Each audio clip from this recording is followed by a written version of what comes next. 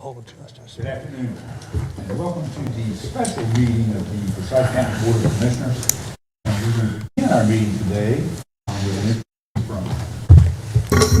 going to begin our meeting today with an invocation from Reverend Fred Terry, and he's going to be followed by the Pledge of Allegiance, led by Vice Chair Wisenhunt. Pleased to welcome Fred here. Go back a long ways. We were catching up on each other's ages and what we're up to. Thank you for being here. I bring you greetings from retired Representative Evelyn Terry, and I wish to thank you all for your service. Let us prepare our hearts and minds to ask for blessings from whatever deity we seek guidance from. We as Forsyth County citizens and elected officials of this great county of different beliefs, genders, and races gather this day intent on doing good work. We seek guidance and wisdom on the task before this assembly. Bless their efforts with clear insight, their deliberations with civility, their work with clarity and accuracy, and their decisions with justice for all, as they seek a better county and a better life for the citizens of Forsyth County, North Carolina. As they gather to make decisions for our county, may they use their best skills and judgment, maintaining control as they consider the merits and pitfalls of each matter that is placed before them, and always act in accordance with what is best for the Forsyth County citizens. Give those who will present information the clarity and fire to encourage us to continue this fight for truth, justice, and the American way. We give praise and ask blessings from those who we seek blessings from. Thank you. Pledge allegiance to the flag of the United States of America, and to the republic for which it stands, one nation, under God, indivisible, with liberty and justice for all. Thank you, Reverend Terry.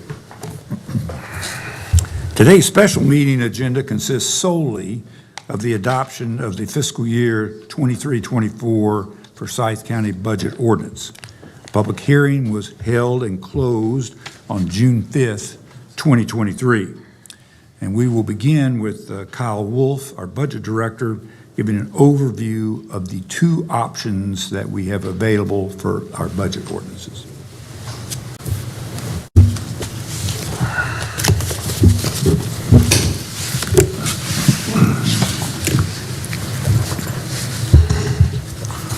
Good afternoon, Commissioners.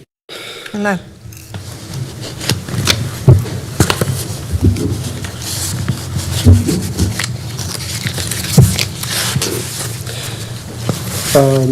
So as you'll remember from yesterday, I'm going to, I guess, put this up here in the Elmo.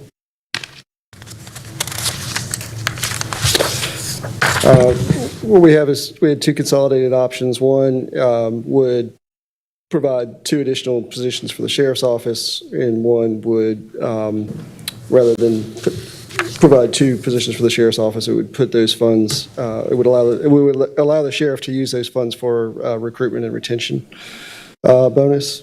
And so I'm going to put one of these up here. Again, as I'm going to walk through the whole process. So, we had the budget as presented to you back 2 weeks ago. It was 569, 204, 417. We made some adjustments based on after the budget was presented to you. It basically allowed for some additional funds to be put aside in a budget reserve for alternate service level consideration. The manager made several recommendations of alternate service levels, which reduced the amount of funds available for alternate service level consideration, which gave us a new budget number of 569, 499, 508. And so really, after the past couple of days, what you've got is Again, what this option is showing is, this is the 2 additional positions for the sheriff's office. As you can see in the very top 2 lines here, the sheriff has the special victims investigator and the cyber crimes investigator. At total cost of $116,693 each. Add some additional positions for DSS, a position for public health. It reverses the county manager's recommendation to close the recycling center. And then there were several organizations funded or recommended to be funded through selected to be funded through your special appropriations, which and you can see here with the oops, getting blurry. For One Love Festival, Arts Council, Children's Law Center, Cross Store, Eliza's Helping Hands, Experiment for Self-Reliance, Harry Veterans, Collidium, Neighborhood Hands, Neighbors for Better Neighborhoods, Black Repertory Company, Old Salem, Renolda, River Run, Conservation Fund, iBank, Triad Minority Women's Business Expo, and United Way. We reduced the funds that we had set aside in reserve for special appropriations, and we reduced a budget reserve that was for alternate service levels and non-departmental.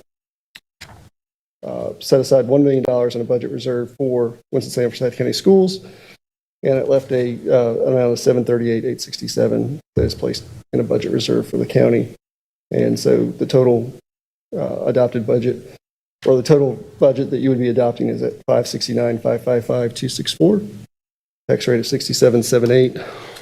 And again, just to show, this was the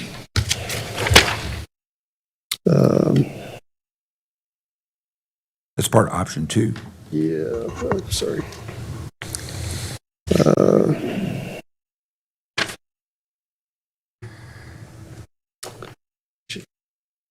Okay, well, actually did not change. When I changed it, I did not change the title of this one, but it will show, it shows Special Victims Investigator, but it is really this 233,386 would be for retention and recruitment.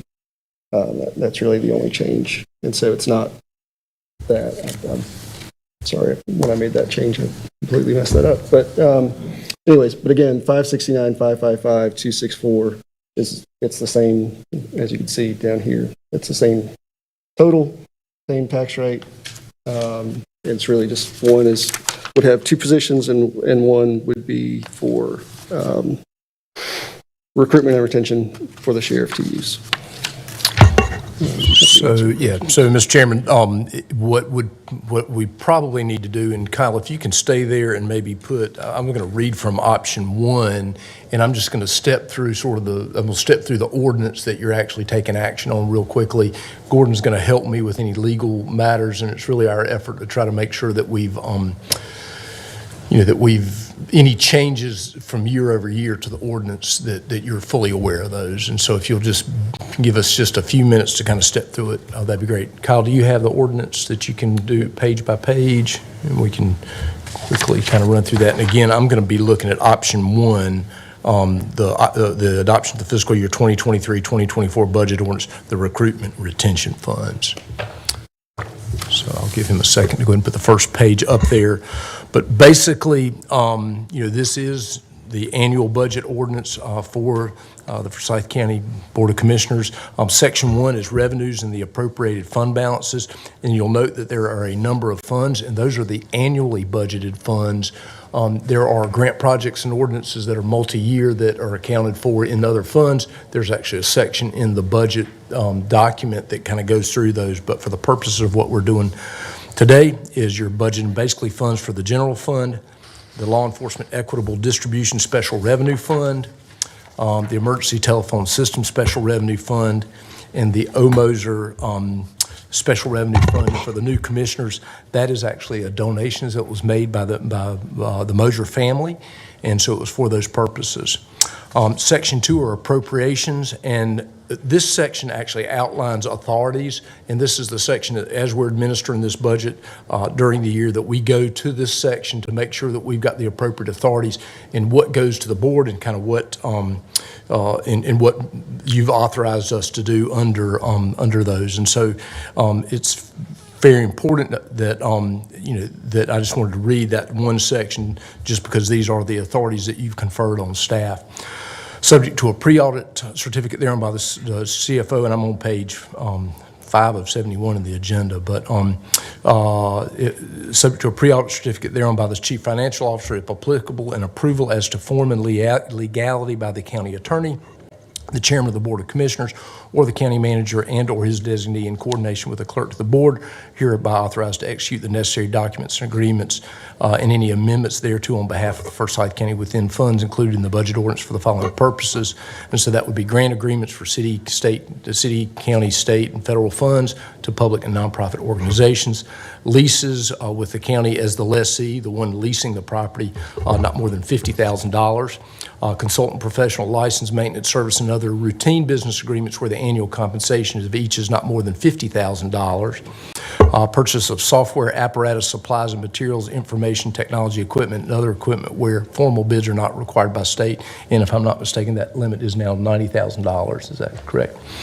Applications and agreements for acceptance and distribution of state, federal, public, and nonprofit organization grant and other funds, and distribution of state, federal, public, nonprofit organization grant and other funds, and funds from other governmental units or entities for services to be rendered. Item 6, construction or repair work where formal bids are not necessary as required by law. That limit's currently $500,000. And then agreements for liability, health, life, disability, casualty, property, workers' comp, and other insurance and payments and third-party agreements associated with that insurance. Faithful performance bonds for employees and bonds for sheriff and register of deeds. Agreements authorizing payment for court-ordered placement of individuals. A lot of times the courts will say, we got to make a payment, and so those would not require board approval. Agreements for the care, maintenance, and support of individuals in the custody of Forsyth County Department of Social Services, all being handled through some of those same processes. Fee or income generating contracts without regard to the department, with regard to the amount generated. Agreements discussed and agreed to in the budget adoption process, specifically listed in Appendix A. So we've gone through and pulled those out, and you'll see those in Appendix A. And then agreements to pay court-ordered amounts to pay workers' compensation claims and to settle claims pursuant to the policy regarding the settlement of certain negligence and tort claims against Forsyth County in limited circumstances. And then 14, agreements to retain outside counsel. So I'd ask Gordon, a couple of those have changed. Can you do kind of a quick summary of what is different from last year to this year? Yes, and most of the changes relate to our examination of risk management. And risk management, as you know, has been moved from the finance department to HR. And as part of that, we've looked at the authority that the manager has. A lot of these provisions have been handled by third-party administrators, so in some cases we're paying someone to write a check for us, and this would allow us to do that more directly.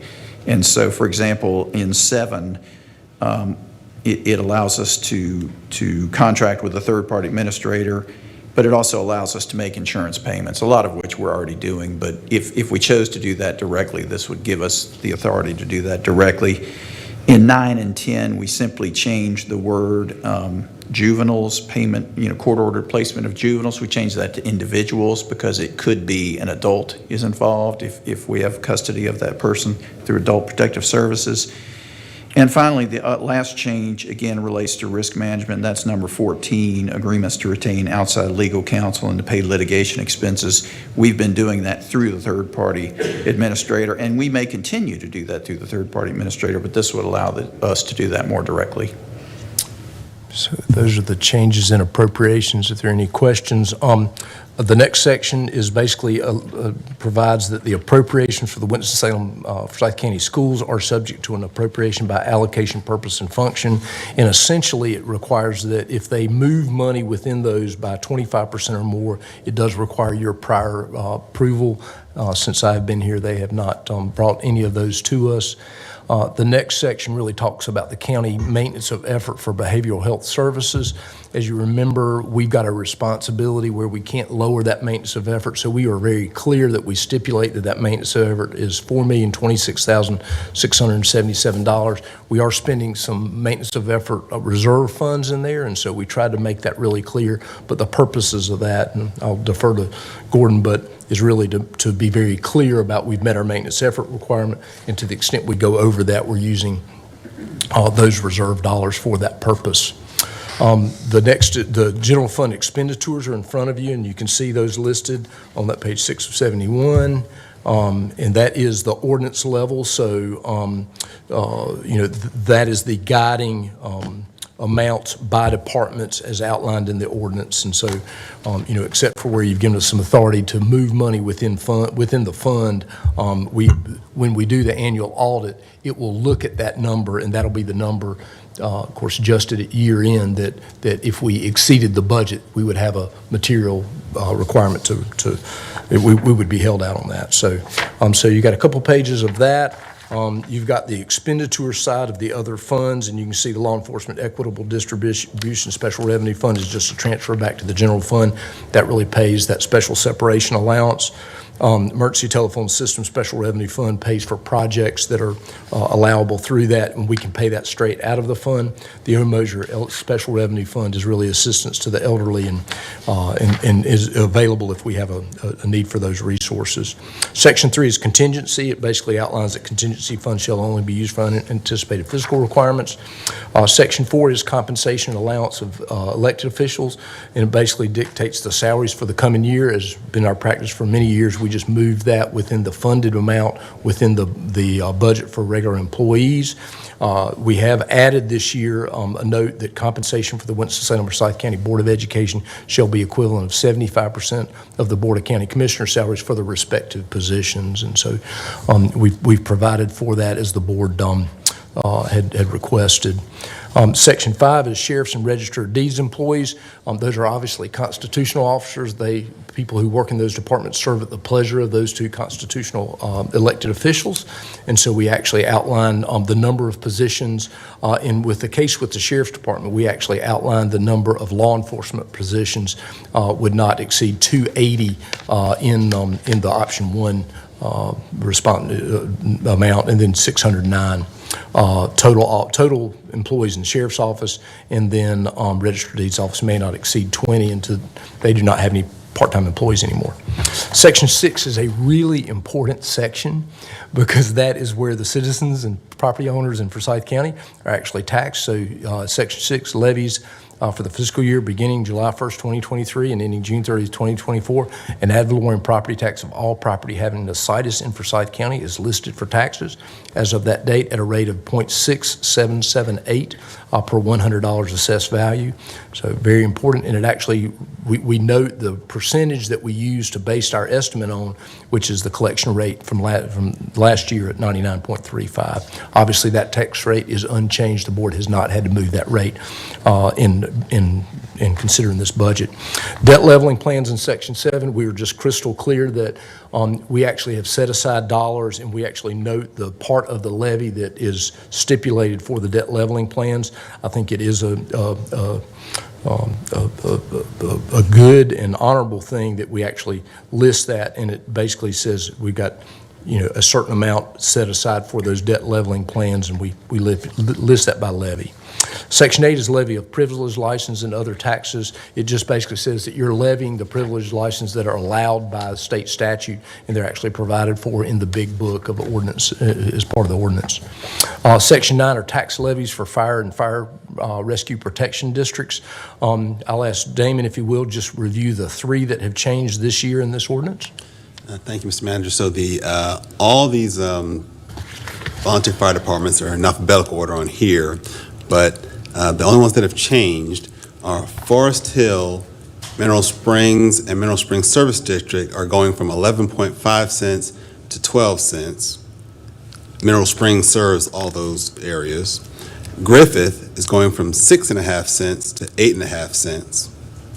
And King is going from 8 and 38.38 cents to 8.5 cents. So it's going up 12 hundredths of a cent.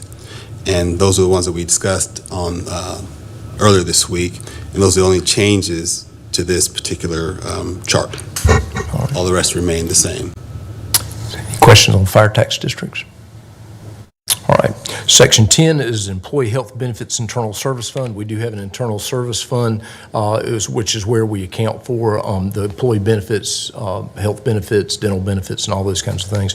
And so we basically established the budget for that. As you can see, the budget in this coming year is extensive. It's $33,964,307, some of which come from, all of which come from premiums.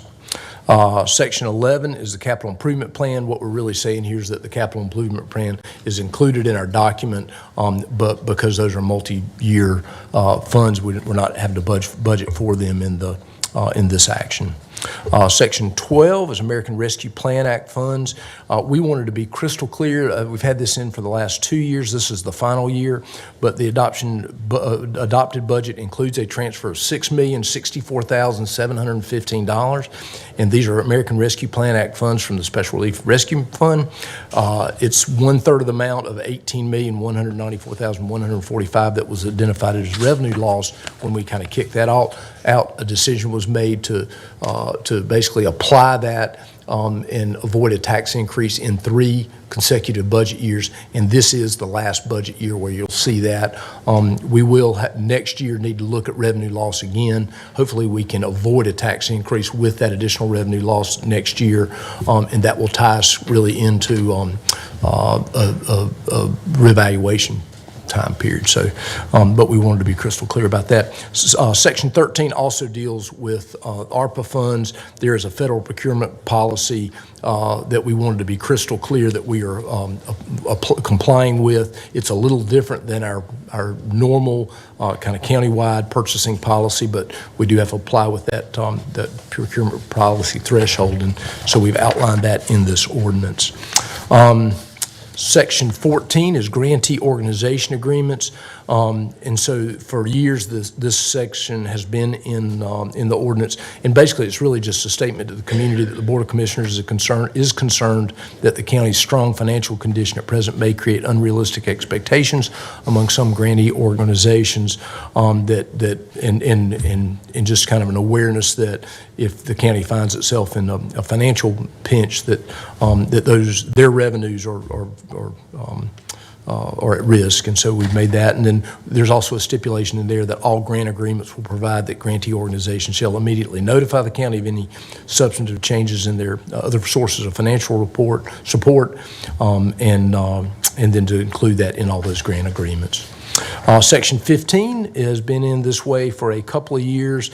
It deals with teacher supplements, and it really does sort of codify the Article 46 arrangement that has been set up.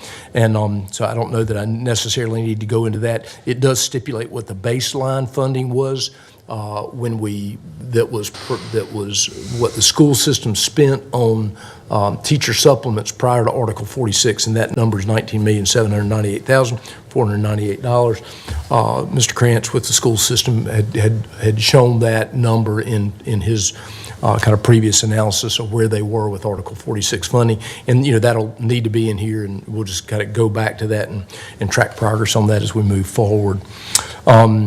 The fee schedule, the fees set forth in appendices are incorporated by reference, and essentially you're establishing the fees for different county programs through this. And similarly, Section 17, the county pay plan, is in Attachment B, and it's incorporated by reference, and it also approves the pay plan. It does give the county manager the authority to reclassify positions within the same funds. During the year, jobs may change, duties may be assigned, and so we may reclassify positions kind of up and down, and it gives us the ability to do that, and then we report that back to the board. Section 18 we've talked a lot about. Those are the board director initiatives that bubbled up throughout the budget process. So you've got the one around with the volunteer fire departments, essentially notifying them that the 2025 property tax reevaluation may be a little different, and there may be we may move toward a revenue neutral adjustment that year. Number 2 is communicating with the Winston Center for Forsyth County Schools leadership regarding the dollars that are in for the budget reserve, and basically it sort of puts a meeting and a kind of a summit out into the future around kind of reconciling locally funded positions, and then also seeing their request for the compensation classification plan for classified employees. The third one, facilitating the discussion and the review of programs around current programs to reduce violence and crime in Forsyth County, particularly among youth, and really to work towards good, strong evaluation methodology. And then item 4, hold further discussions about the recycling initiatives and the franchise system and the cost, and so may revisit that during the year. So those are that's essentially telling staff to be working on those as we move forward in the year. Section 19 are PAYGO projects. Those are projects that really bubbled up. Some of those really were developed as we were going through the continuation budgets. They were requests for projects that we felt like could potentially be funded and made sense to fund with PAYGO dollars. It sort of serves to flatten out this continuation budget because you don't get sort of capital spikes in it. And so we've got $11,349,900 in projects that would meet that. And then you've got the effective date. And so I appreciate the opportunity to kind of step through that. I think it's important because there's a lot in that document, and there are a lot of authorities and information in there that's, I think, important to convey really to the community. So thank you. What's the bottom line total figure? Of the whole budget? 500, $555,264 across the annually budgeted funds. Will you identify option 1 and option 2 as I've got it, so it can be what y'all give us, what the differences are? Kyle, can you step through that? Or Gordon? Gordon? That might be you. Yeah, I mean, basically, the difference is section 5 in each of them. In option 1, as the manager stated, the sheriff has 609 total positions, 280 sworn, and that's where there's funding for the sheriff to do the recruitment and retention. The same amount of funding in option 2 is applied to 2 new positions, and so in section 5, the number of sheriff's employees would go up to 611, and the sworn officers would go up to 282.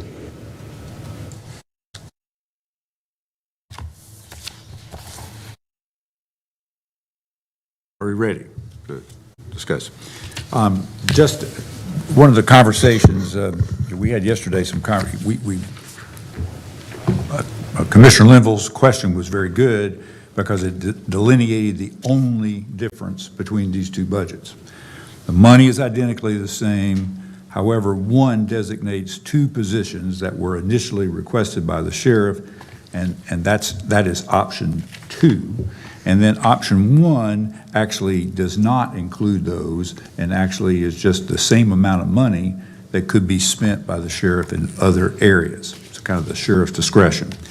I know that since, as we've talked about, over $550 million request here, the difference is being $233,000.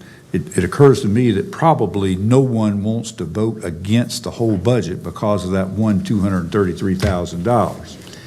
And if there's a way for you to give me some sort of indication, yesterday I actually polled the members during our work session, and as I shared in our work part of it, I actually mentioned that basically it was 3-3, and we were waiting for one person who had not made up their mind, a commissioner who had not made up their mind. So it is obviously pretty split among us. That's why we have the 2 options.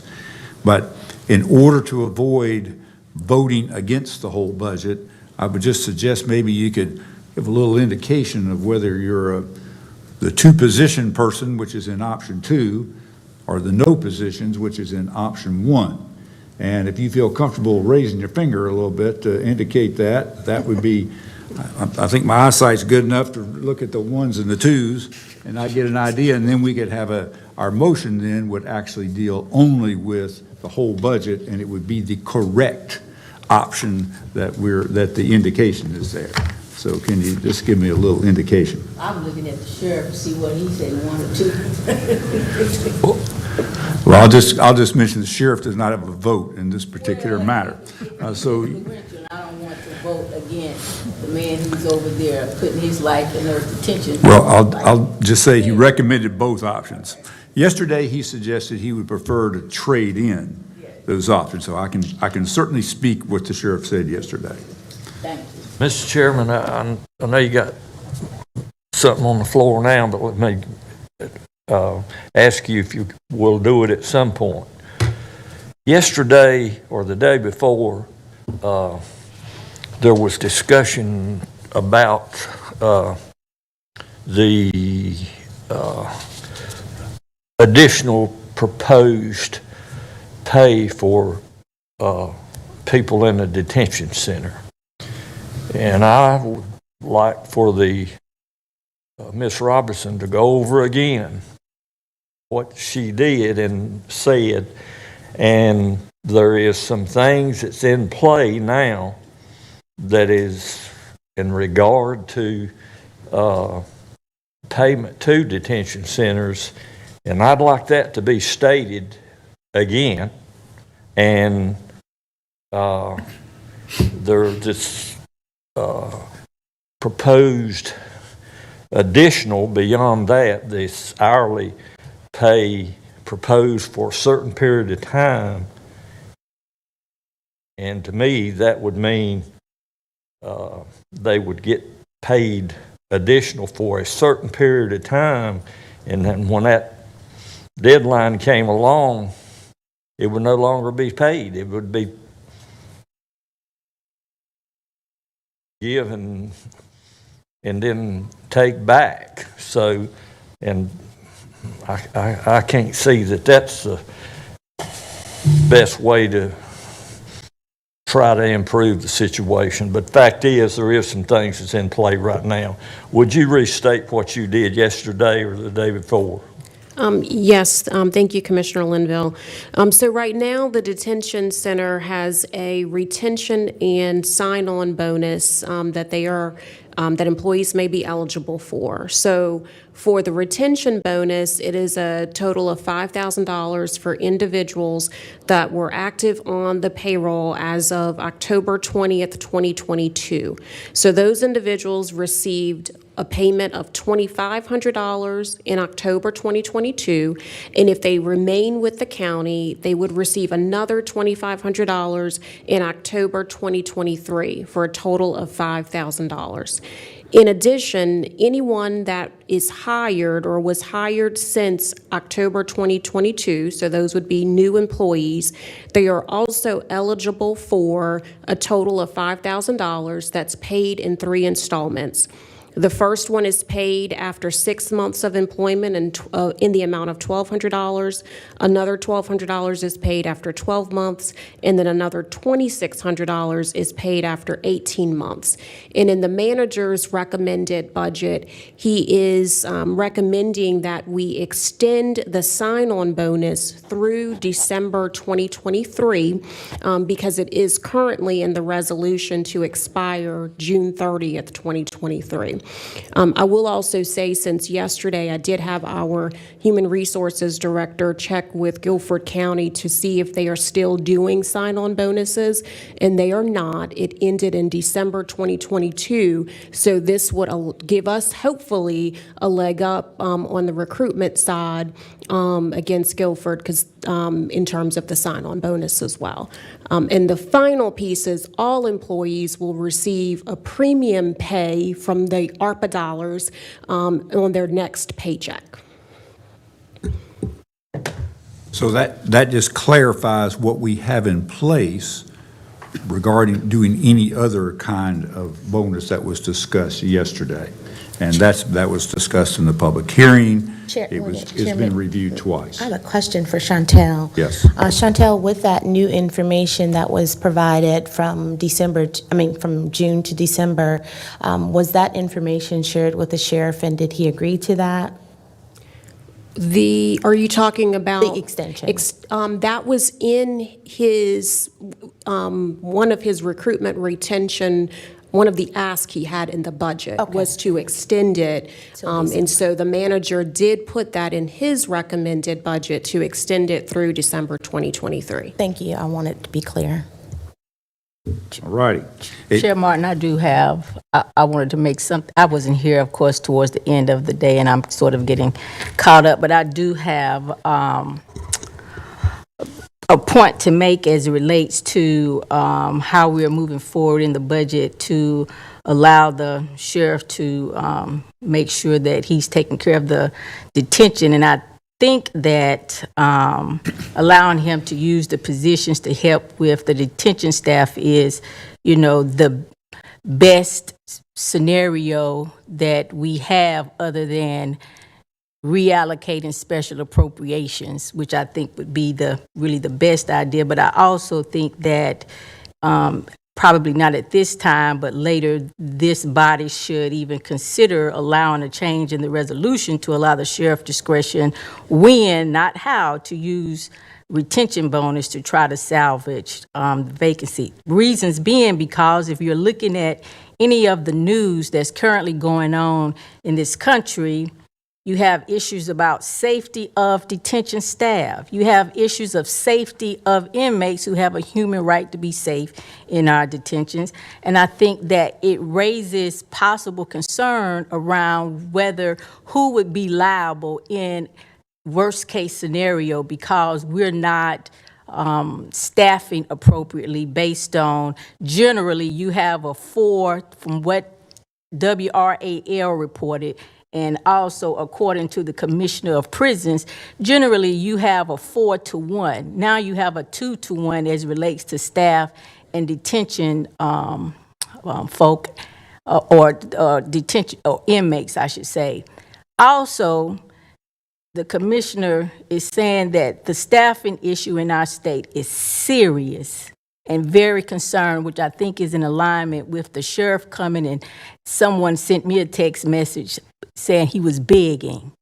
And I don't see, you know, I didn't see it as that, but I think people see the seriousness of what is going on in our community and over at the detention office and just in safety in general. And so I think we just really need to be very considerate of that. And I hope that this board and commission would allow the sheriff to do his best to protect staff, protect the inmates, and definitely, you know, protect this county from liability if things go really bad because of what's happening throughout our nation with vacancies and shortages. Thank you. I think I'm going to abandon my idea. I can't seem to get a 1 or 2 preference, and so I think maybe we just might end up taking a motion and you can vote against the budget or you can vote for it. So I'm ready to entertain a motion for either option 1 or option 2. I move approval of option 1. No, excuse me, option 2. I'm sorry. Vice Chair Wisenhunt makes a motion to approve option 2. Is there a second? Second. There is a second from Commissioner Bessie. Just to clarify, option 2 includes designating 2 positions for the sheriff's office. One is a special investigator for, particularly for sex offenders, and one is a special investigator for cyber security issues. So those 2, that's what this budget includes. So if you to vote for this budget, you are not voting for what I heard Commissioner Woodbury just talk about, which is just giving the sheriff complete discretion on those. So I want to make that, is everybody perfectly clear what we're voting on? I am now. Thank you for that clarity. Other discussion? I'd like to explain why I second that motion and why I'll vote for motion 2. That is to add 2 investigators that the sheriff also requested, special victims investigator and cybercrimes investigator. We have a responsibility to address problems in public safety that the sheriff and our other law enforcement officials have identified to us. It is my opinion that we get more bang for the public safety buck by those 2 permanent positions than we do for a relatively small increment to be added that will run out in time in a period of months to the efforts that are already underway to recruit and retain. However, I'll note that the sheriff could come back and say he's looked through his budget and still wants to make that change. And he could bring a request back for a budget amendment during the year, as early as in the coming month. I would urge him to look through his budget and see if there are other means to accomplish that same goal without giving up these 2 additional permanent sworn position authorizations that he also told us are needed, and I agree. Is there further discussion? Well, I would just say that in principle and through, hypothetical scenarios, I don't disagree with Commissioner Bessie, but it appeared to me that yesterday when the sheriff came and talked to us about right now and his willingness to give up those positions, said to me, he's the expert over there every day. And for me to hypothesize what I think would be best is a grave disservice to safety, which is now and immediate. And I think we need to be reminded of, he said, I don't want the 2 positions because what's urgent right now for the safety and well-being of the detention in this community is release those positions so that I can make sure that, the detention staff and that enterprise is working optimally. So Commissioner Bessie, I 100% agree that those permanent positions would be of value, but I just think right now we're in a state of emergency and urgency, and the sheriff has made his claim to us, and if things work otherwise, he would just have to come in, I would assume, and plead his case otherwise. But I'm going on face value of what he is saying as the sheriff of this county. Ready to vote. All in favor, please say aye. In fact, you may hold your hand up, please. All those opposed, nay. Carries 5-2. Most budgets approved. Option 2. All right. All right, agenda item 2 is an amendment to the fiscal year 2022-2024 budget ordinance to reduce the budget reserve for appropriations to outside agencies and to create a special appropriation for the Callidium. And I know there's got to be a recusal, but Yes, well, and I simply need to recuse myself because I am on the Callidium board. There were statute changes last year that preclude that for any commissioner serving on a particular board that may receive funding. So as a result, I'd like to ask Vice Chair Wisenhunt if she would conduct this vote. Certainly. Do I have a motion to approve the allocation for Callidium? So moved. Have a motion by Commissioner Bessie. Second. Could have a second by Commissioner McDaniel. All those in favor, please say aye. Aye. That's unanimous. Thank you, Mr. Chairman. agenda item 3 is an amendment to the fiscal year 2023-2024 budget ordinance. It reduces the budget reserve to provide funding for the Downtown Winston-Salem Partnership and to create a special appropriation for the United Way of Forsyth County's Incorporated Housing Matters Program, and there are similar recusals in that matter. Chair Barton, I have to be recused because I'm on that committee, the Downtown Winston-Salem. All right. Is there a motion to adopt the funding for the Downtown Winston-Salem Partnership and create a special appropriation for the United Way of Forsyth County's Housing Matters Program? So moved. Second. Motion by Commissioner Plyler, seconded by Commissioner McDaniel and Commissioner Bessie. Any discussion? All in favor, please say aye. Aye. Any opposed? Motion carries 6 and abstention, 6-0. And, Mr. Chairman, that is it on the printed agenda. I will admit, I think I made an error. What? In that Commissioner Woodbury had actually mentioned a Juneteenth resolution, and in the midst of trying to get this budget together for the special budget item, we did not have it ready. Clerk.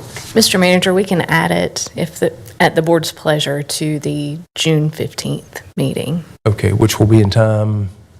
That's next Thursday. Next Thursday? Okay, so we'll handle that on the briefing side. Very, Yes, sir. very good. And my apologies.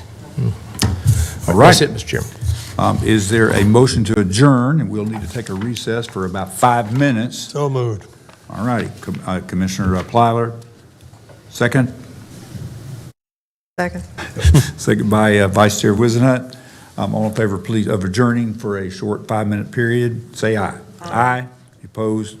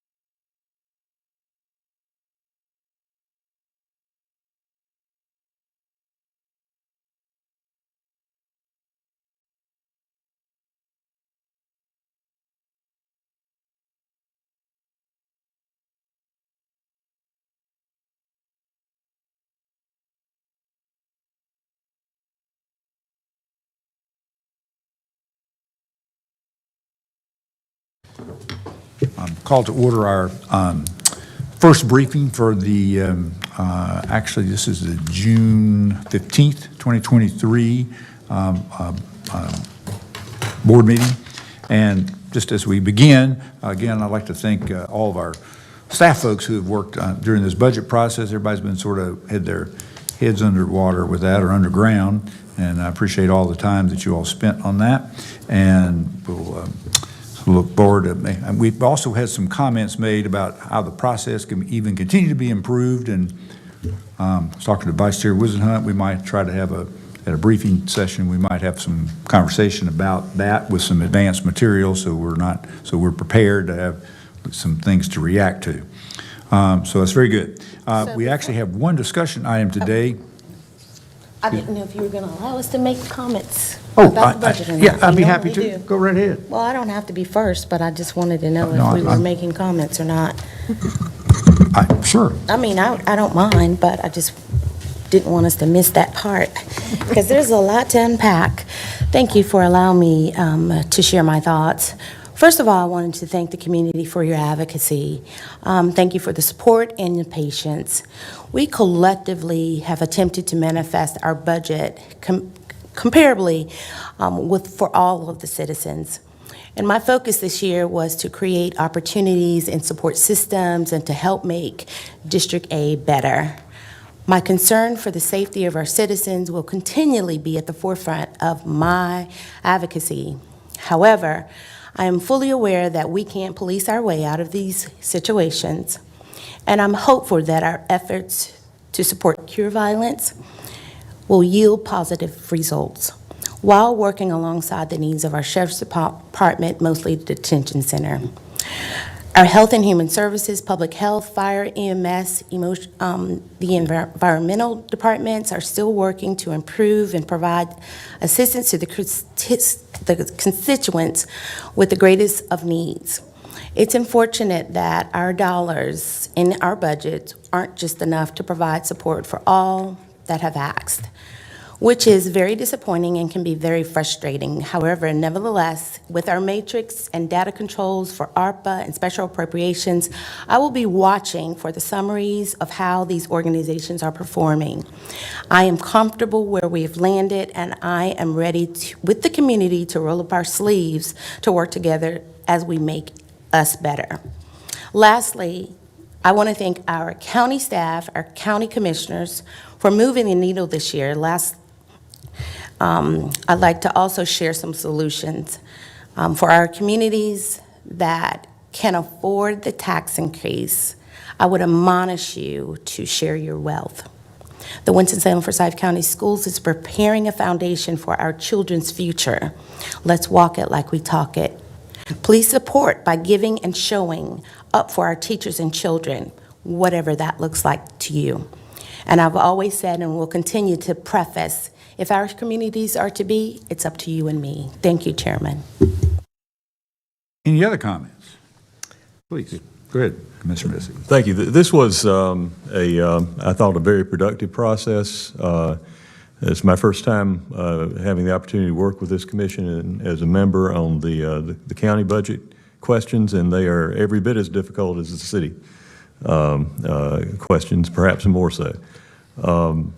The key responsibilities at the county level I see as public education, public safety, public health, and public welfare.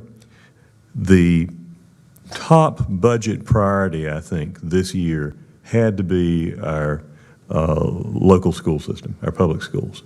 And there was an exceptional effort made by both the Board of Education and the county commissioners to dig into the details of those budgets, look for places we could efficiently expand, and in the process also identify areas on which we needed further work.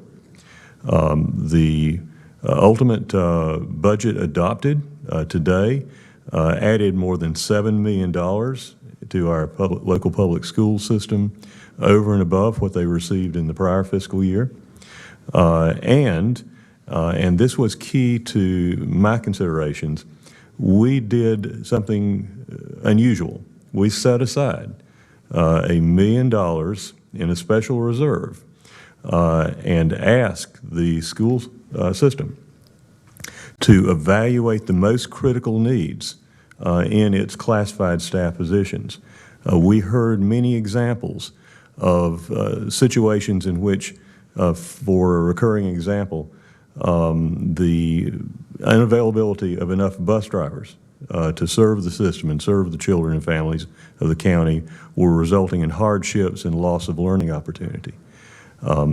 We have the opportunity to do something about that through this special $1 million reserve, in which I think we're candidly asking the school system to look at the question from the standpoint of what are the most problematic shortfalls in staffing.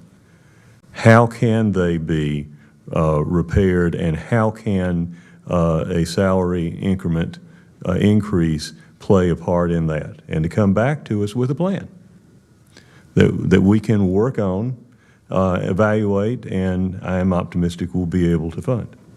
So thank you for the opportunity to work with you to make those improvements in the funding for the public school system, and I look forward to continuing to work with members of this board. Chair Martin. Other comments? Mr. Chairman, I'm sorry, somebody else want to go first? You go ahead. Oh, my gosh, okay, thanks. Well, it's just a comment, and it's almost like a commercial for a television station, but last night at 5 o'clock, WXII television did a, quote, investigative report, which I did not fact check, but their report was interesting because what they said in that long report, and they spent some time on it, that county EMS needs more ambulances. They also need more qualified people. And sooner or later, if we don't pay attention to it, we will wish that we had. Now, whether or not that's true or not, I don't know. But I will say that when you call for the ambulance, you expect it to show up, and you expect people in the ambulance to come in, and if there's a death about to occur, take care of that, stop it if you can, get them to the hospital as fast as you can. But that's why they call it the emergency medical service, and I thought I'd bring that up simply because there is a media, and it's our own NBC affiliate, taking a look at that and taking a concern at it, and I think we need to at least know about it. Whether we do anything about it's another thing. Thank you. Go ahead, Chair Martin. Commissioner Woodbury. Thank you. First, I would just like to thank the county staff under the leadership of our county manager, Mr. Dudley Watts. I would also like to thank Chair Martin and Vice Chair Wisenhunt. I know that in my former role on the school board, serving as the chair, and Lyda Calvert-Hayes serving as the vice chair, it was like keeping frogs in the bucket when we were voting on something serious. And the stress level can be so high because you back and forth trying to get everyone on accord. And I would ask this community to see inside of that component and to have patience, because when you are leading a group of people that have different experiences and different opinions, it could be, very much so a challenge. So I really appreciate the leadership of the commission to get us to this point. It was not easy.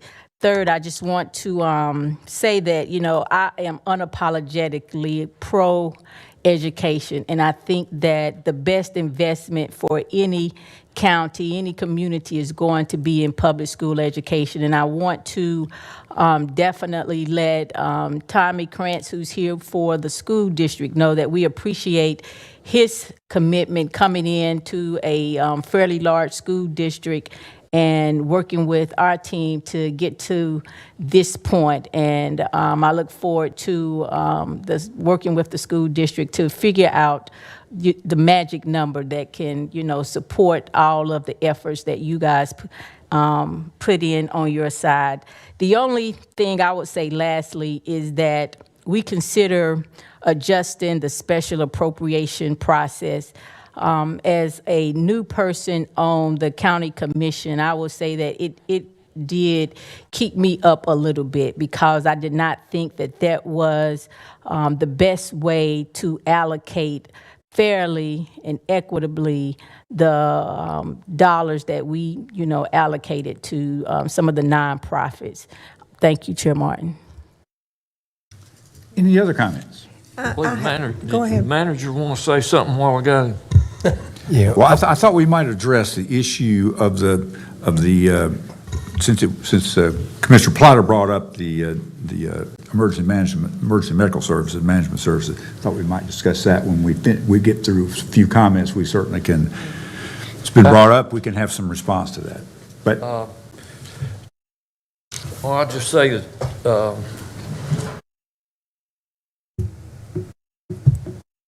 the manager continues to put together a good budget with the help of all of his staff, budget staff, and others, departments. If there's anybody else that's any better in the budget work, I don't know where they are. I think we probably got them right here. So,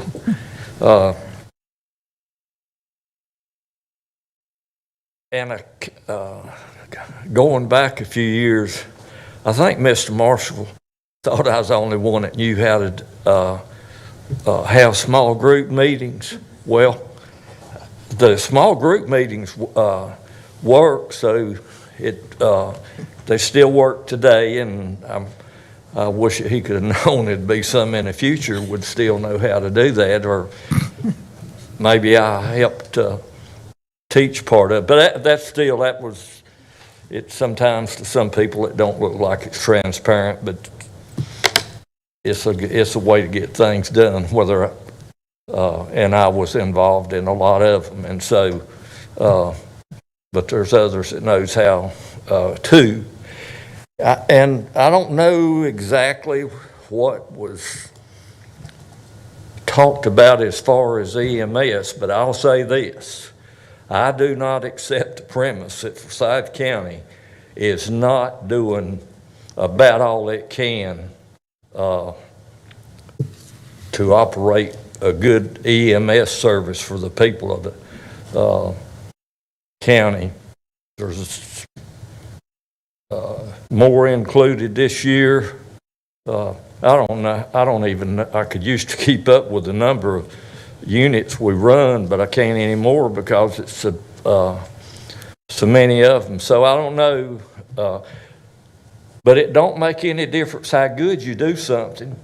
Anybody, there's going to be somebody that criticizes whatever you do. So that's just the way things are. Kyle, take you a couple of days off, but you use your regular comp time, don't you? Whenever, I know how things are when they get tough. That's the way it is on farm every day. Just what I do next. So just keep on what you're doing. I wouldn't advise you to get in the farming business. I'll stay on a farmer. Thank you very much to all of you for all of your help and all of your patience. Thank you. Well, I think your patients are more important than ours, especially since we kept handing you so many different documents. But you and your staff are outstanding, and I thank each one of you. And our entire staff is just excellent, which I've told you all before, and I continue. Dudley, thank you for your budget again. And I know you have one more, don't you? And I will not talk about that. I will not speak to that.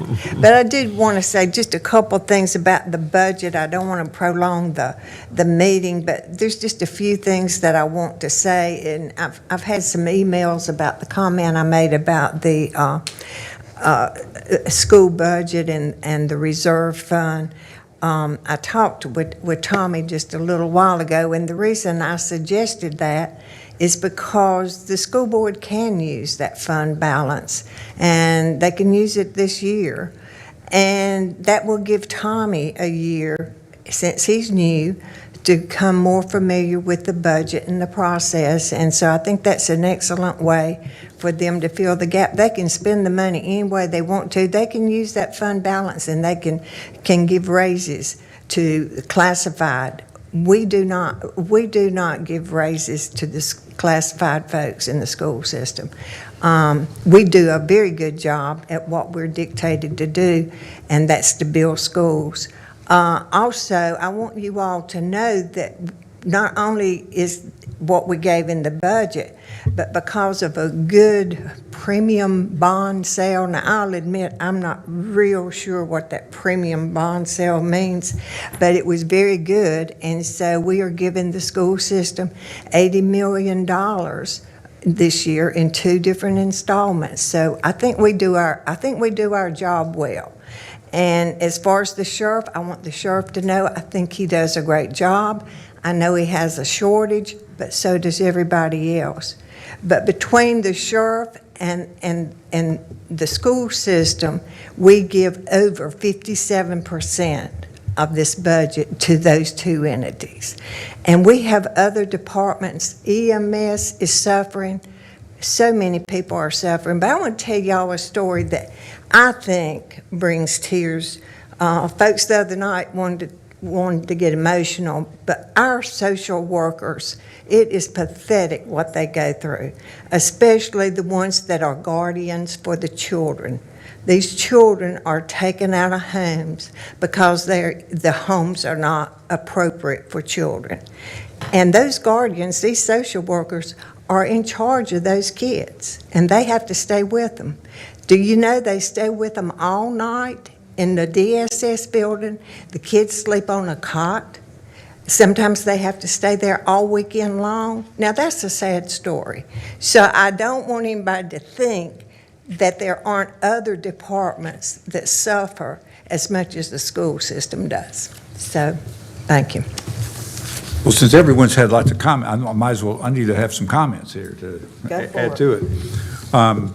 I did, just picking up on and the county manager can certainly follow up on the emergency medical management stuff, but basically, I've read the Channel 12 article piece, and I think everything has to do with their job shortages, not just in public service, but across this country.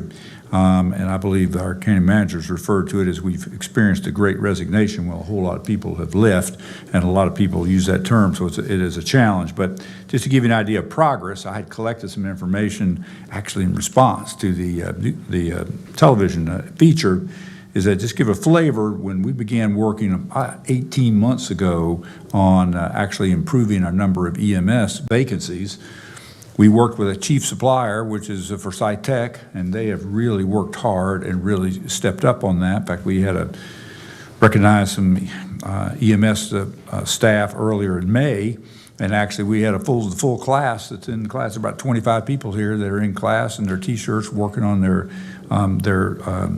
EMT license. And just to give you a flavor, back when we began in January 22, that was 18 months ago, we actually we were looking at about 46 vacancies, and we had an attrition rate of about 26%. And just in the last month or so, we're down to 34 vacancies. We have 10 in that literally getting ready to be hired, 10 more people getting ready to EMTs, and that vacancy rate is down to about 19%. And we've hired a new EMS director, our chief, Joel Hunley. I think has done a very good job. He's very articulate. He's very outspoken. I think he's worked hard. And in this budget, we have another 10 positions that are coming along, 8 of which are advanced EMT positions, which is, I think, a much more effective model. Also gives an opportunity for advancement for our current EMTs. 2 other folks also with more equipment. And we have an ambulance, I believe, scheduled to be delivered soon, two coming here, maybe at the end of this month. So there's been, you don't reinvent Rome in a day, and I think there's been a lot of steady work. And I certainly would hope that not only the public, but I hope that staff and everyone realize that. During our work sessions, I made a lot of comments on the school, and needless to say, I'm very familiar with that process and the budgeting issues and the challenges that they're facing. In fact, I asked our county clerk to send an article someone sent me from the Raleigh News and Observer about bus driver shortages in Raleigh and in Wake County, and that how they have 400, they're looking for 400 drivers just to finish just to deal with summer school now, just to deal with some summer programs. So there are a lot of challenges, throughout, this state and across the country, and I think everyone has to continue to work hard on those. And actually in the bus driver category, we're actually pretty competitive. It's tough work, having been on a bus for, driving and those kind of things. I know kind of what's been there. So those are all issues that we all have to deal with. And I will say that, we have a group that our commissioners have diverse opinions, and I think that is healthy. In fact, most people aren't very shy about sharing those. I apologize probably for talking more than I need to, but I think out loud sometimes, and appreciate people's patience with that. But basically, I think the best thing about it is I think we can disagree and not be disagreeable. I think we've been able to get together, and actually we had a lot of diverse thinking on this budget, and I think we came together on this little small part that we kind of hands-on touch, which is the special appropriations part. We hand-touch that, and it's a small amount of the budget, but a lot of discussion, and I really appreciate people's, and the patient side has got to go to the staff. Because you all are so polite, and you're so nice, and you don't say what you're thinking, and that's, that's very good. And you're very professional, and that's very much very much appreciated. And obviously the work behind the scenes to build from ground up with a number of basically down to what is it going to take to operate every single department with all the estimates that have to be made in an uncertain environment is a challenge. So I do want to thank everyone for that, and certainly.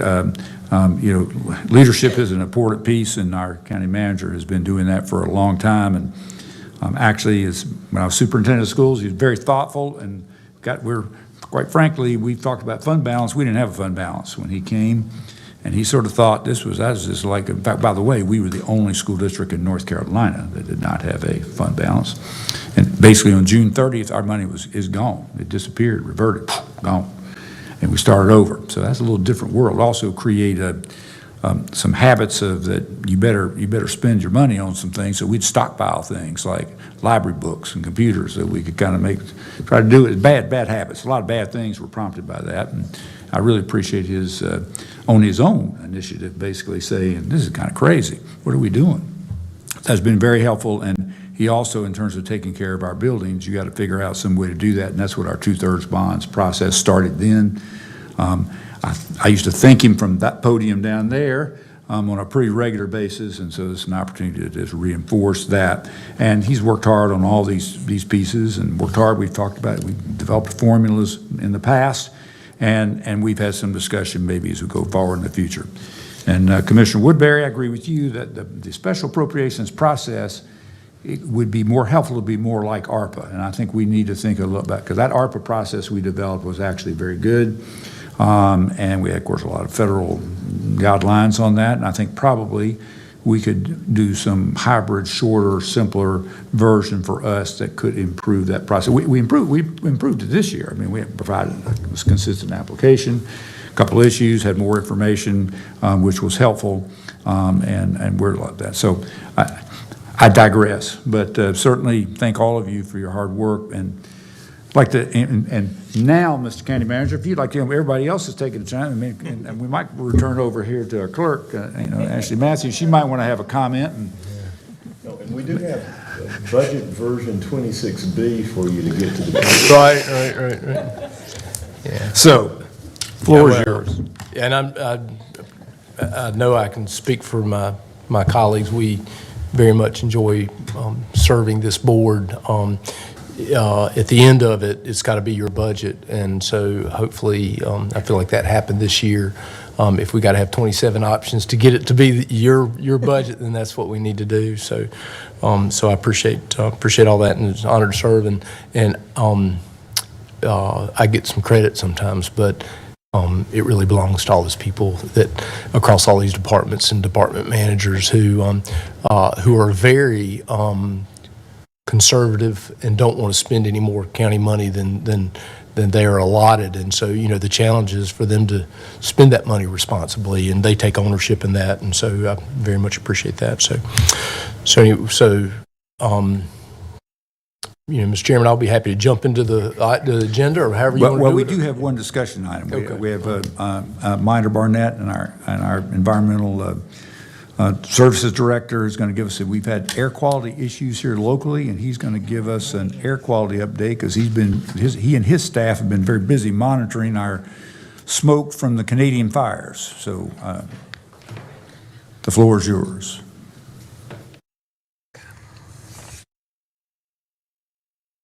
Thank you and good afternoon. Okay.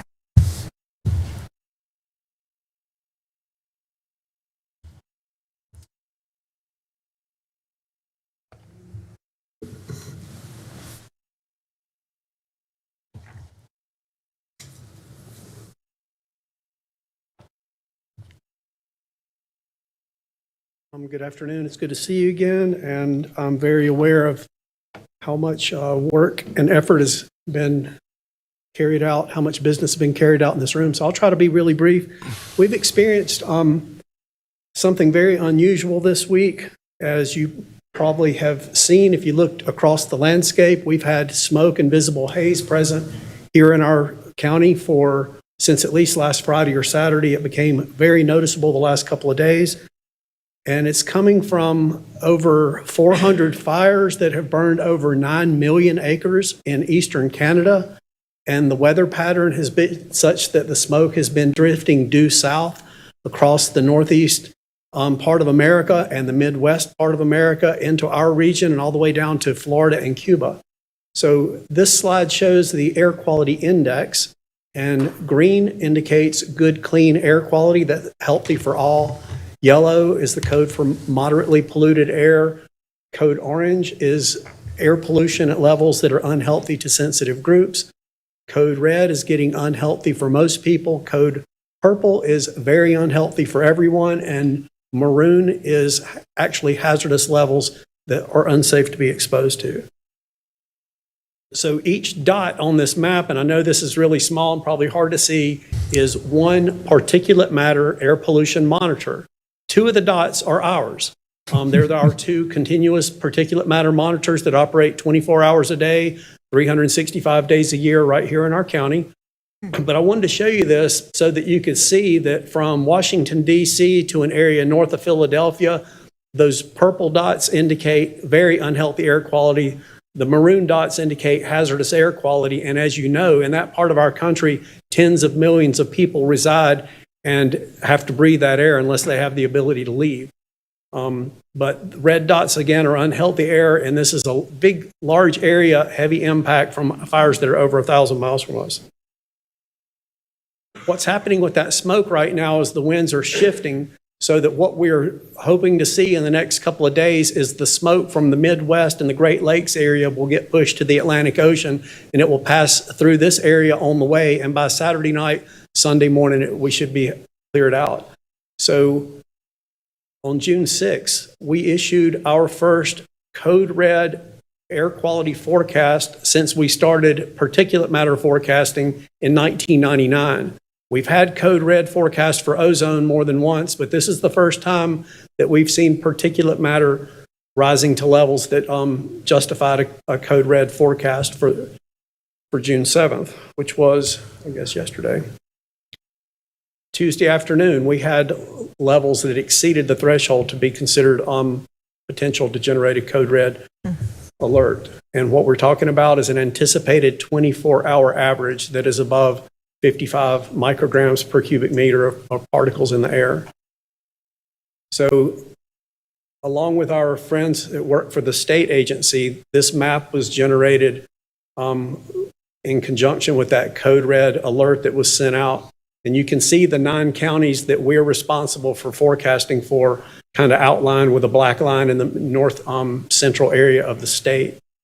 And every day, 365 days a year, we have staff, Forsyth County employees that are meteorologists that are working on the air quality forecast, even on weekends and holidays. And every day around 1:30 or 2 o'clock, there's a conference call with the meteorologists that work for the state.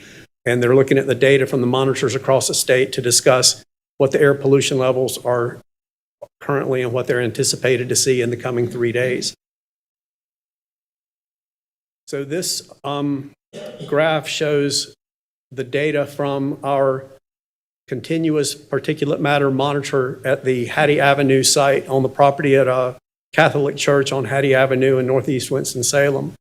And in the middle, you can see dramatic increases in the levels of particulate matter that were being measured. These are some of the highest levels that we've ever seen outside of the fertilizer facility fire that had an impact on a more confined area. But these levels are consistent with what we're seeing over, a large part of the central part of North Carolina or western Piedmont. And finally, we got a forecast yesterday for code orange for the next 3 days with levels expected to drop. And this graph just shows what the rain did for us yesterday. The rain was beneficial. By lunchtime, we saw the particulate matter numbers actually on decline through about 4 or 5 in the afternoon. And then as the rain tapered off, they started creeping back up, and we're seeing code orange level concentrations again this afternoon. Anticipate that again tomorrow. Forecast should come out in the next 5 minutes for the next 3 days. And we're going to be looking at that closely, but we're anticipating that we'll see code orange particulate matter levels tomorrow and Saturday, clear out Saturday night. By Sunday, we should be back to normal. During this time, we've been contacted by not only the news media and lots of members of the news media, but I've personally been contacted by leaders and decision makers from Wake Forest University, where they're hosting a major baseball tournament this weekend, our local school system that has a lot of graduation ceremonies and other athletics and other activities that they're considering, and some other leaders of some of our county departments that have some things going on with outdoor activities. The reason that I would like to mention quickly, the reason that particulate matter is the primary pollutant of concern is because it is the pollutant that has the most measurable and verifiable impacts on human health and the ecosystem. So when we talk about particulate matter, we're talking about mostly PM 2.5, which are particles less than 2.5 microns in aerodynamic diameter. They're so small you can't see them, so I would say they're microscopic. But they're not just pieces of solid matter like dust and soot. A lot of it, and most of it, are microscopic droplets of reactive compounds of ammonia, nitrates, sulfates, and some carbon compounds. Some of them are emitted directly from combustion sources like our cars, trucks, buses, and other sources of combustion. A lot of it forms through secondary condensation or secondary formation from precursors in the air where gases can actually aggregate and start forming these particles that were not emitted as particles. But when we breathe them, they're so small, they go into the deepest areas of our lungs, especially the liquid components dissolve directly into the liquid in our lungs, go straight to the bloodstream, and increase of risk of heart attack, stroke, respiratory ailments for people with underlying health conditions like asthma or chronic obstructive pulmonary disease. So they have a really immediate risk, pose an immediate risk to human health when they're elevated, especially at the levels that we've been seeing. But thank goodness, we've been in a safer location than the people to the north and northeast of us, where it's been scary up there. It's been very concerning.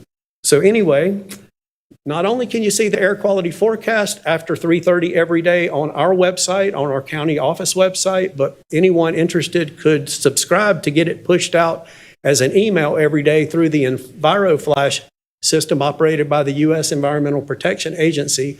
Our data is going straight to the EnviroFlash network. So if someone subscribes and puts in one of our local zip codes, what they're actually seeing every day is the forecast generated from Forsyth County employees who are meteorologists that are tasked with doing the daily data analysis and forecast for the benefit of everyone. So anyway, thank you for your interest in this. And I'm glad to say that by starting now and into Saturday evening, we can all breathe a little easier and look forward to more normal conditions. Thank you, Bynner. That's thorough report and learned a lot, so thank you. Hear me to death. All righty. You ready? I think we're ready to go. All right, very good. Minor loves to talk about that stuff, by the way, so, and he does a great job with it, although it does make you want to curl up and yeah, so, anyway, all right, so, yeah, basically with the remainder of what we have are really just finalizing the agenda for the June 15th meeting.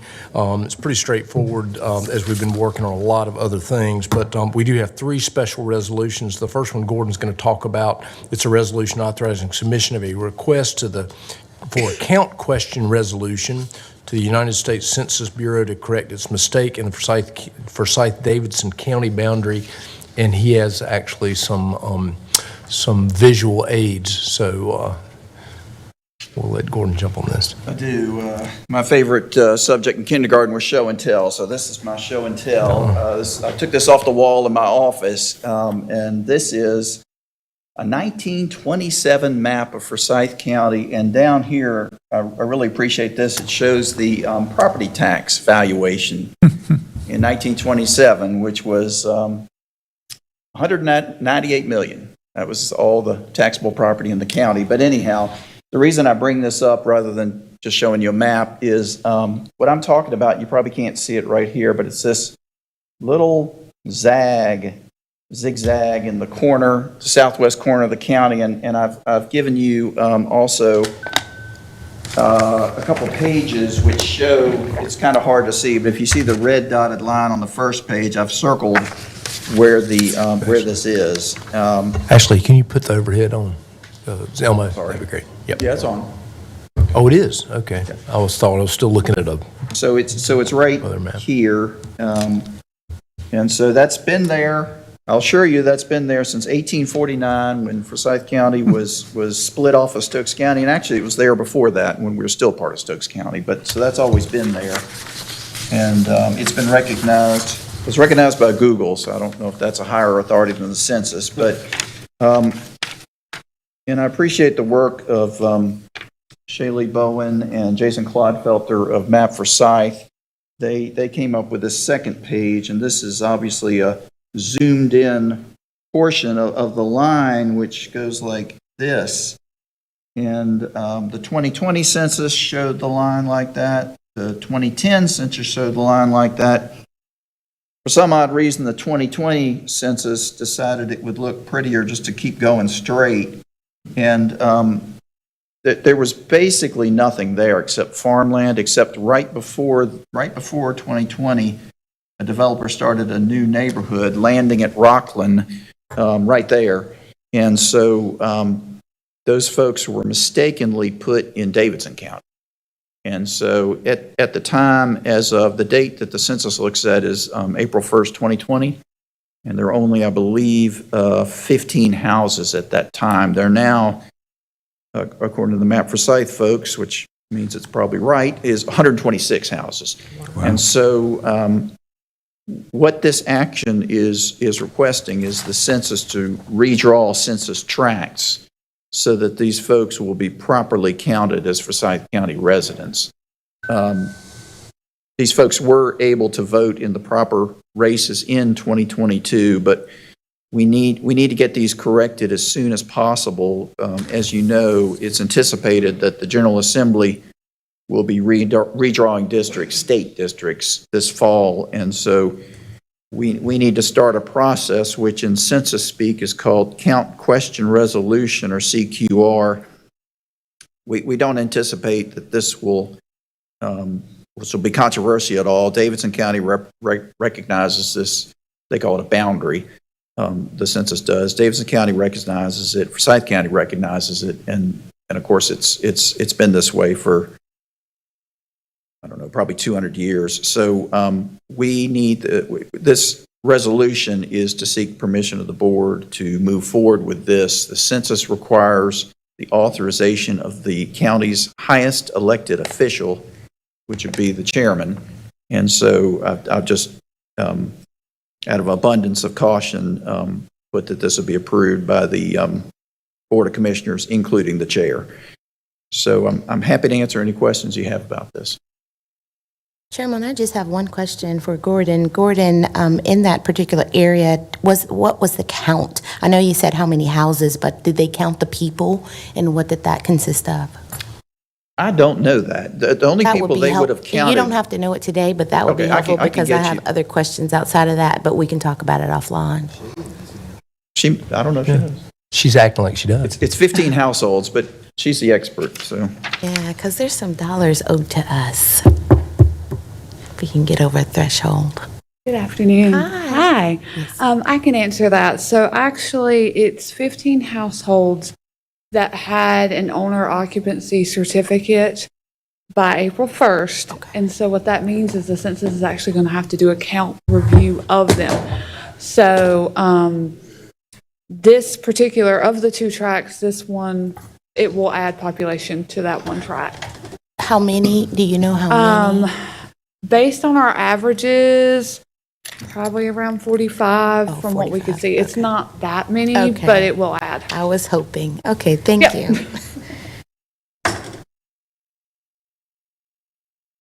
So we do just want to make sure that it's right. I mean, we know what the boundary is. That's not in question, but we want to make sure that the census is giving the county the credit for all of our population, and also that people are, in the future voting in the right county. Any questions? Thank you very much. Get that right.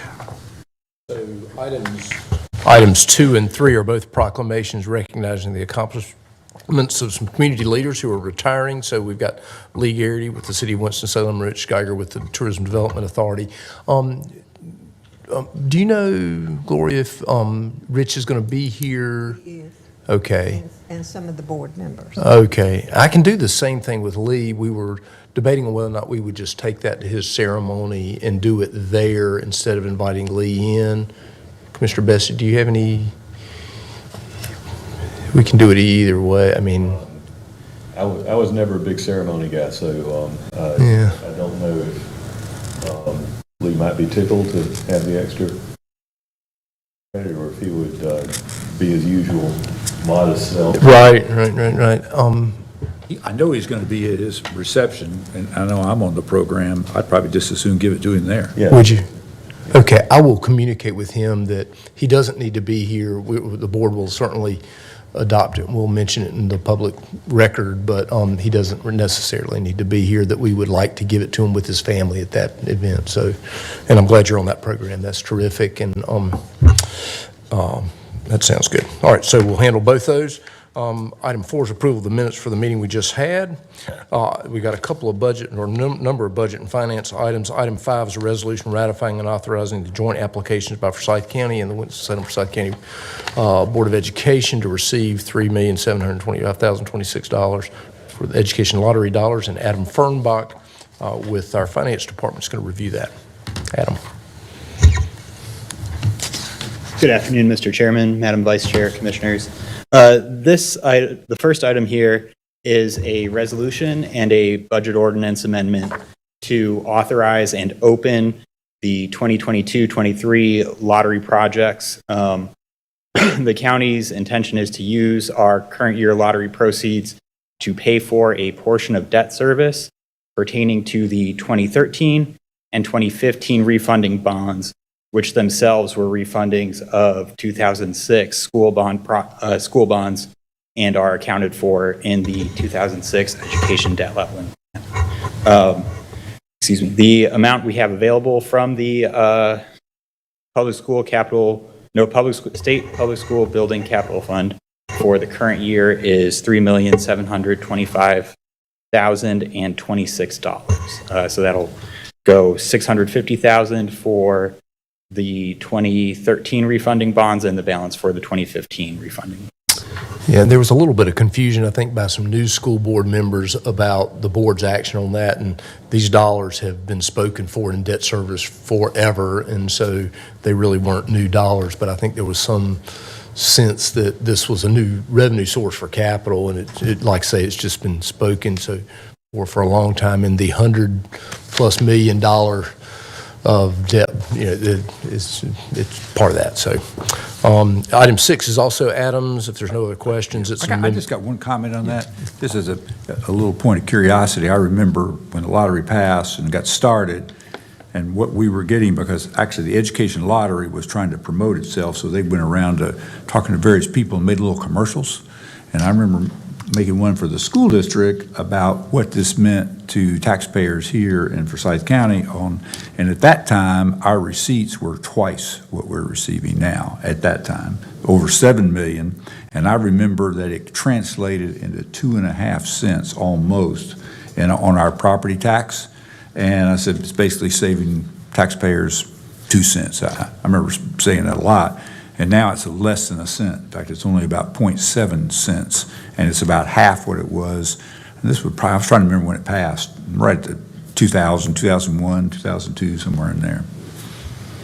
Yeah, anyway, I know you want to know that information, so just let you know that. I think it's a legislative thing to remind folks of. I know a lot of new legislators don't have that historical perspective, but there were a lot of promises made early on in that. Absolutely. So, yeah. So item 6 is an amendment to the State Public School Building Capital Fund Grant Project Ordinance that closed 2013, 2015. Adam? So last year, we opened these same 2013 and 2015 refunding projects. The amount of last year's projects was $3,936,860. So, to speak to your point, Mr. Chairman, this year is $200,000 less than last year. But this will just close that authorization from the special revenue fund, and that's the amount we applied for, and that's the amount we got. So, it's just a budget ordinance amendment to close last year's project, which is completed. It's really a housekeeping matter, so thank you. And item 7, I'll let you explain it. I have no idea what a 87 lease and 96 subscription-based IT arrangement standard is, so have at it. Yeah, our auditors were very patient. Well, not our auditors themselves, but their colleagues were very patient explaining all this to me and Charlotte a couple months ago. So the GASB 87 and GASB 96 are two financial accounting rules that apply to governmental bodies in the United States, and I think Canada too, but that's irrelevant. They handle the accounting for long-term leases and something called subscription-based IT arrangements. The leases, the Government Accounting Standards Board wants government, or is ordering governments to get away from, if you have a lease, it used to be that you'd record it as an operating expense. If you're leasing a copier, you'd say we'd spent however many $1,000 renting copiers this year. The new treatment is to say we've got a 10-year lease on copiers. It costs us $50,000 a year, and we're going to have a $500,000 copier asset and a liability that we owe $500,000 for copiers over the next 10 years. So what this budget ordinance amendment does is it allows us to make the accounting entries that are going to create those long-term liabilities for the payments that we owe to the companies and providers that we're leasing from.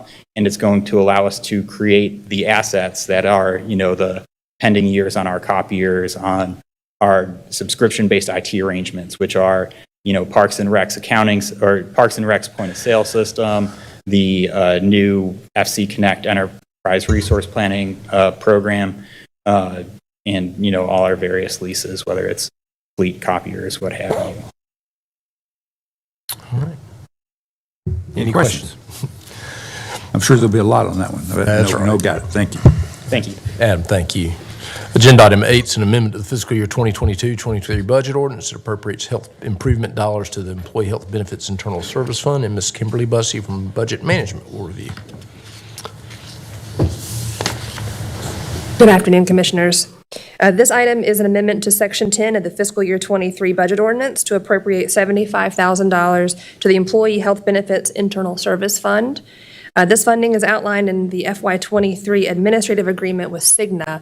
This should have been included in the budget as an appropriation when the contract was fully executed. So this is just taking care of that now. The Health Improvement Fund option reimburses the county for expenses related to clinical wellness behavioral programs, and that's in the amount of $50,000. That amount of money is only available for use for the end of this fiscal year, and I think HR has some items they're ready and willing to move forward with if this passes next week. The Pharmacy Management Fund provides $25,000 for the term of the agreement, so those dollars will roll over in the Internal Service Fund, and that's for all things relating to pharmacy needs that may include communication or pharmacy program education. So again, this item appropriates $75,000 and increases expenditures and revenues to allow for the reimbursement of expenses, and I'm happy to answer any questions you may have. Questions? Thank you. Thank you, Kimberly. All right, agenda item 9, actually, we do not need to review. I think we can pull it because, according to Kyle, that was included in the fee schedule that was just approved in the budget, and the Human Services Board approved that fee schedule as a board action anyway, so we can pull that. Item 10 is contracts. It's a resolution awarding a contract for the purchase of 2823 Dodge Charger police pursuit vehicles. Stephen Brenniger is coming up. He's our fleet manager, and he searched out and found the Chargers that were available, so. Sir. Thank you, Commissioners. Sheriff's Office is wanting to purchase 28 Dodge Chargers, 2023 year models. They are in stock on hand, so we don't have to worry about canceling a PO for them or anything like that. We plan to purchase 8 of them now, and then after July 1, as soon as we get the money to transfer from the CPO, we'll get a PO for the other 20. We also, another thing to keep in mind is we have roughly $86,000 worth of equipment we can install on these since we lost our order last year. And so we got some extra equipment available to upfit some of these as we, like when you get the 8 in, we may have to buy a few things, but we should be able to get them going pretty quickly. They are buying 8 for $295,000, $295,336.88 for the 8 of the 28 Chargers, and $1,033,679.08 for the other 20. I looked up the numbers. If we would order the Interceptors instead of ordering these, we were looking at about a savings of, if they go up 12%, they told me 12 to 14, but if they go up 12%, we were going to save about $168,000 not having to buy those and also buy the equipment as well. We just have to put them off to another year. I'm just fortunate we was able to locate these on the lot. They do have some more, but I told them the Sheriff's Office agreed just to buy 28 of them. And they have agreed, Ayrton Dodge has agreed verbally in an email to hold all the 28 until we get all the money to. I did advise him the 20 may not have the money until after July 1, but I would keep in touch with him to see how soon we could get the money released to get a PO. Questions y'all have? That's good. So you're able to, all the equipment on the old kind of retiring part of the fleet actually is transferable. Yes, we're going to try to use as much used equipment as we can. Once we get some of the Interceptors going, our plan is to see what equipment's available on the cars that we're going to deadline. So hopefully, I mean, we'll still have to buy a few things, but hopefully we can keep the cost down a lot. And we're able to do that work? I mean, within our staff, our own staff can do those transfers for the equipment? Some of the equipment, yes, sir. We are down 3 technicians, and to answer Mr. Limble's question, we actually have 26 ambulances we own now, and the 2 coming in, it'll be 28. But we're kind of short-handed, so we may have to sublet some of the pits because we're so short-handed. We're trying to focus all our attention on keeping the ambulances running. In Sheriff's Office, we put all the emergency vehicles in priority, even though some of the other fleets, as far as public health and all them, that they suffer on it. But we're just trying to do what we got, try to figure out the most important task and complete those as soon as possible. Good. Any questions for Stephen? All right. Thanks, Steve. Thank you. Thank you. All right. Agenda item 11 is a resolution awarding and authorizing the execution of a contract with a Step Above Cleaning Service, LLC, for janitorial services at designated Forsyth County Parks and Recreation Facilities. Constantine Stamati, who's a business manager for Parks, so we'll review. Good afternoon, Commissioners. The item for your consideration is a resolution authorizing execution of a contract with A Step Above Cleaning Services LLC for janitorial services at designated park facility. On March 29, a request for proposal was issued to 72 businesses directly, in addition to general solicitation from City County Purchasing. In response to the RFP, 10 bids were received and opened by City County Purchasing on April the 29th. A Step Above Cleaning Services, a certified MWB vendor, is being recommended as the lowest cost, responsible, and responsive. The agreement is for 3 years, and the last 2 years of the agreement have a provision to allow for an increase of no more than 3% annually. The net budget-to-budget change is a $11,170 increase, or 16.5% more than the current year contract price, and we did reflect this increase in the continuation budget for FY 2024. And with this, I'll be happy to try to answer any question you may have. Questions? Constantine?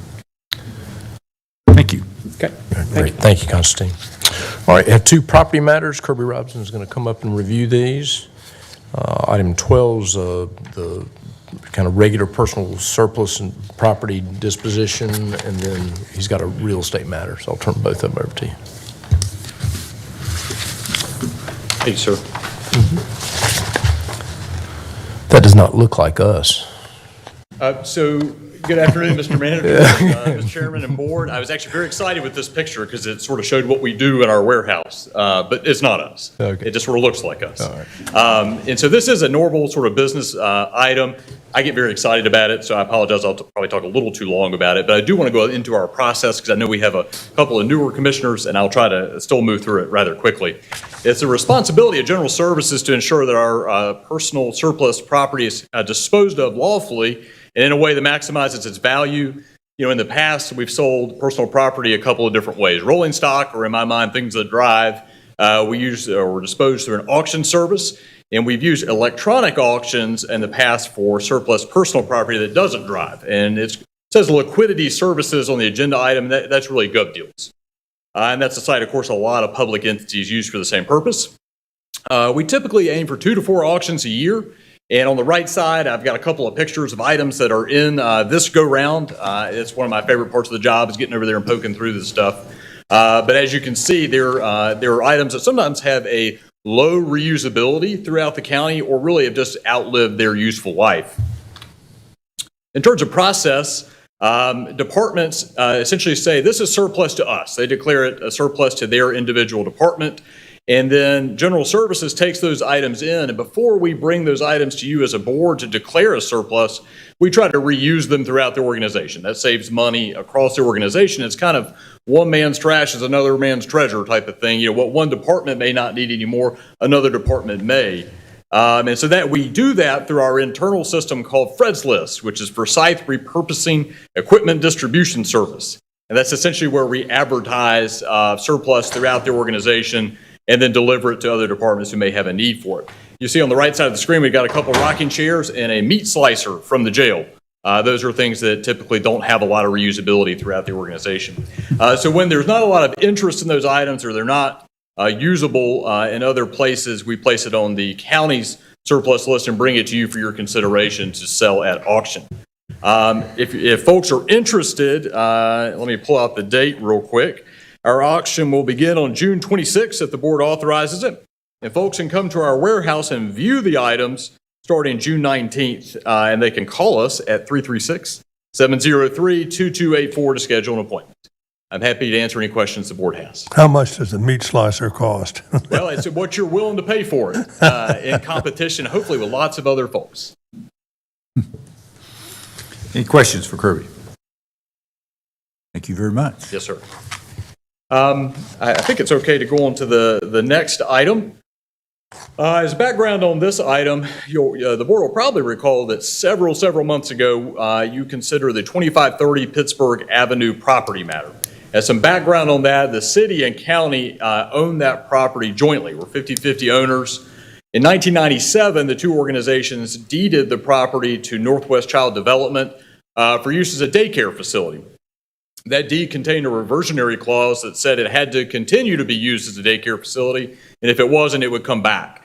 So in July of 2021, as a result of a bankruptcy proceeding, that property came back to the city and county. It's 1.3 acres in size, on the tax rolls for $204,000, zoned institutional public, and the facility, the little daycare facility there, is about 2,600 square feet. So the board received an offer of $100,000 for the property from Boston Thurman Community Network. Their intent was to use it as their headquarters for Boston Thurman United. And they're a pretty cool organization there. I won't go back through kind of their mission statement and whatnot, but it will be sort of the hub of their programming and their day-to-day operations.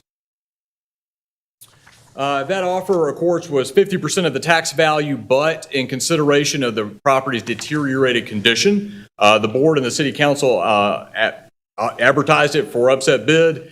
It went through the advertisement process. No additional bids were received.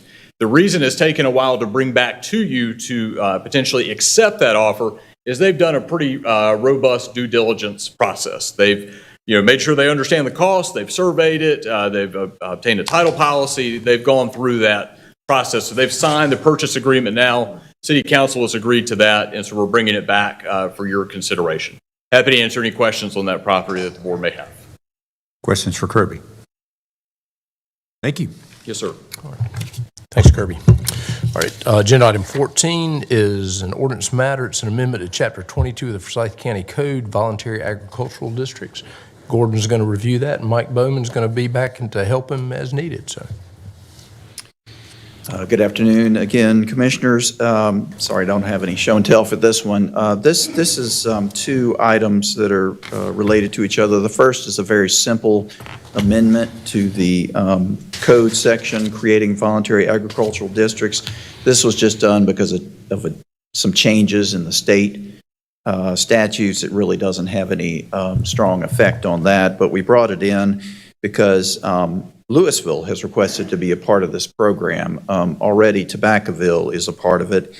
And what the voluntary agricultural district does is if someone has a bona fide farm, they agree to a conservation agreement to keep it as a farm for at least 10 years, they can petition the Forsyth County Agricultural Advisory Board to be part of a voluntary agricultural district.